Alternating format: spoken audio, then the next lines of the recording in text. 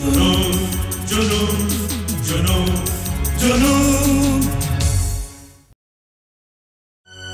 तो तुम्हारी तरफ देखने में भी शर्म आती है। ठीक है, तो सुनिए, वो एक वो कौन है मैं अच्छी तरह जानता हूं।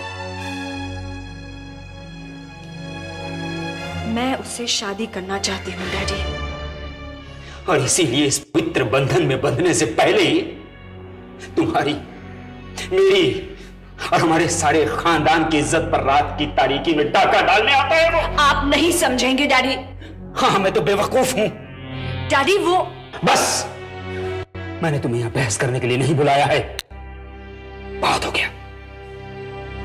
अब वो सफेद पोश इस होटल में नहीं आएगा। और अगर तुम्हें जरा सी भी हया बाकी है तो तुम मेरी मर्जी के मुताबिक शादी करके शरीफों की तरह अपना घर बसा लोगी। आपकी मर्जी के मुताबिक? हाँ, क्यों? क्या मैं तुम्हारा बाप नहीं हूं? हाँ है, लेकिन मिन्नी कोई सहमी सिमटी बेबस लड़की नहीं कि उसे उसकी मर्जी के खिलाफ किसी के पल्ले बांध दिया जाए। तुम्हारी ये सारी अकड़ इस वजह से है ना कि तुम ये होटल चलाती हो, यहां पर तुम्हारी हुक्मरानी चलती है। लेकिन ये ना भूलो कि ये होटल मेरा है, यहां की एक एक ईंट मेरी है, इस भीष्म अग्रवाल की।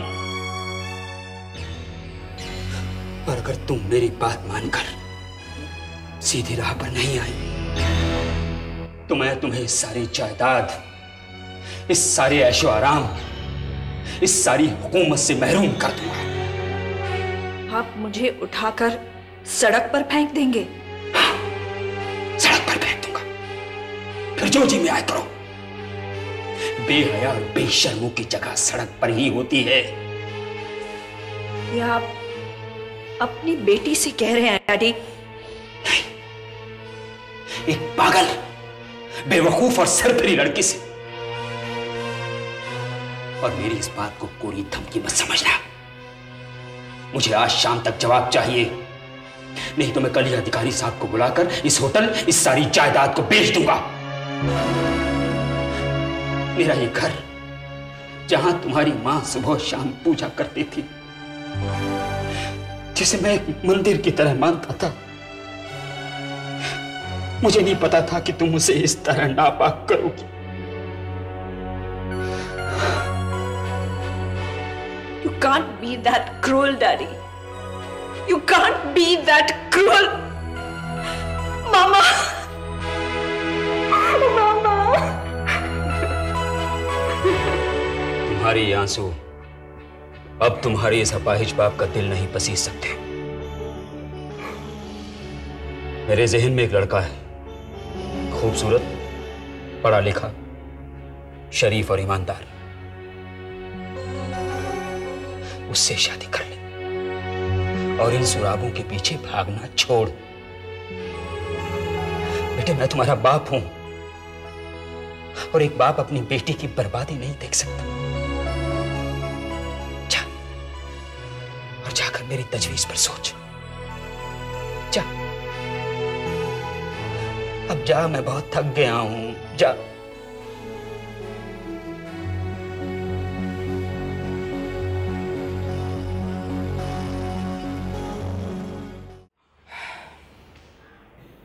आप इन पुराने खंडरों के पीछे क्यों पड़ गए?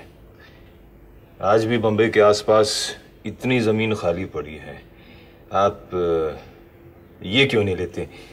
आपको बहुत सस्ती पड़ेगी। इन सारी जमीनों की तफसील मेरे पास भी है के साहब, और अगर मुझे यही जमीनें खरीदनी होती तो मैं आपको तकलीफ क्यों देता? मुझे धनराज विला से लगा हुआ जो भी घर, जो भी जमीन, जो भी जायदाद मिले, हर हालत में खरीदना है, और वो भी बहुत जल्द, मगर अपने नाम से नहीं। मतलब बेनामी के तौर पर? नहीं, एक नई कंस्ट्रक्शन कंपनी फ्लोट की है, उसी के नाम पर खरीदना चाहता हूं। राजा साहब, अब आपकी स्कीम मेरी समझ में आने लगी है। आप आदित्य धनराज की जड़ों तक ऐसे पहुंचना चाहती हैं कि उसके फरिश्तों को भी पता न चले। एग्जैक्टली। एक कर्ज है जिसे चुकाने का वक्त आ गया है। अब धनराज विला के साथ दाएं बाएं कुछ पुराने मकान तो हैं, लेकिन वो बिकाऊ है कि नहीं ये दरियाफ्त करना पड़ेगा। लेकिन आपको बहुत महंगे पड़ेंगे। मुझे मालूम है, लेकिन मैं आपसे ये जानना चाहता था कि वो मिल सकते हैं या नहीं। के चाहेगा तो जरूर मिल जाएंगे। That's nice. क्या ये क्या है राजा साहब? के एडवांस के बिना काम नहीं करता ना। सो तो है, लेकिन पहले पार्टीज हाथ में आए, उसके बाद सौदा तय होगा। के सौदा तय करके ही रुपए को हाथ लगाता है। ओके, चलिए आगे की प्लानिंग करें। ये कॉफी यहां रख दो और तुम बाहर जाके बैठो। मैं काम में बिजी हूं, किसी को भी अंदर मत आने देना। Okay sir. तो ये रहा धनराज विला। साहब बिजी हैं, कोई भी अंदर नहीं जा सकता। लेकिन ये फाइल देनी बहुत जरूरी है भाई। मैं क्या करूं, साहब का हुक्म है, इस वक्त कोई भी अंदर नहीं जा सकता। लगता है कोई बहुत ही जरूरी मीटिंग चल रही है, नहीं तो ये दरवाजा मनमोहन के लिए हमेशा खुला रहता। आप किस सन की बात कर रहे हैं राजा साहब? आज की बात कीजिए ना। कौन है अंदर? बहुत बड़ा आदमी है। डन राजा साहब, हमें सिर्फ 2-3 दिन की मोहलत दीजिए, आपको पूरी तफसील मिल जाएगी। उसके बाद फौरन कार्रवाई शुरू कर देंगे। इजाजत। आइए।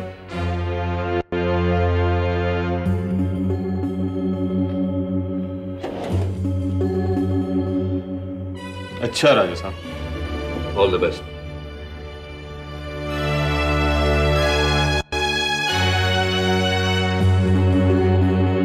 तो उस दिन तुम ही थे मिनी के कमरे में केशव कलसी? शक तो उस दिन भी हुआ था।